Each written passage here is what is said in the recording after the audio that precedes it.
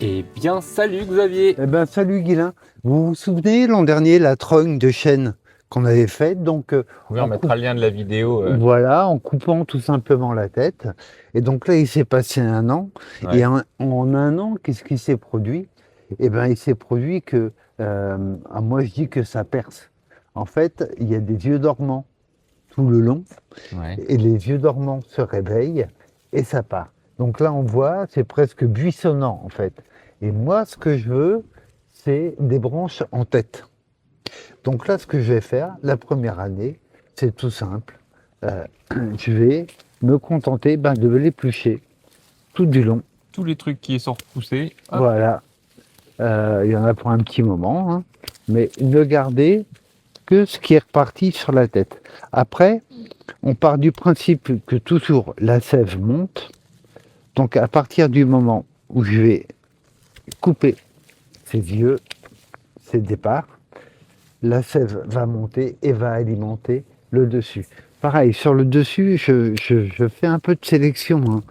Je veux vraiment garder les quelques-unes qui sont les plus belles pour avoir un embranchement à 3, 4 départs. On peut choisir un peu l'esthétique générale Ouais, de sa trogne, quoi.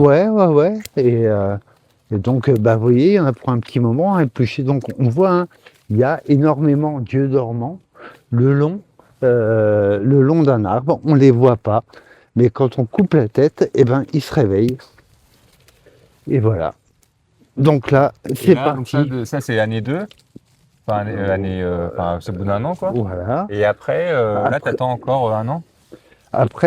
oui, de toute façon, on ne touche aux arbres que l'hiver. Oui.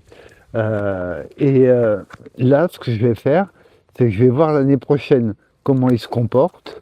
Je suis à peu près certain qu'il y a beaucoup moins d'yeux dormants qui vont se réveiller.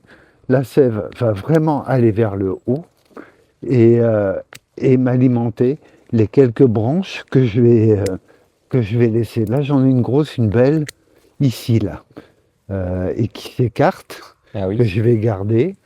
Euh, voilà, ça, tac, j'ai fait un petit peu de place. Les petites comme ça, hop, je les supprime. Et puis après, surtout, il faut que je redescende tout le long du tronc. Donc il y en a pour un petit moment, mais après, ça me fera un joli sujet. Et ça me permet surtout de conserver un chêne près du bâtiment. Parce que si je le laisse démarrer, il va être vite gênant pour le bâtiment qui est pas loin. Euh, j'ai eu en commentaire une critique sur les trognes qui disait que c'était un peu déformer les arbres. Alors la trogne, c'est une forme qui peut se produire dans la nature, hein. Si le vent casse la tête, Mm. il va trogner naturellement. Et si s'il prend un coup de foudre sur la tête, c'est pareil, c'est les yeux dormants qui vont se réveiller.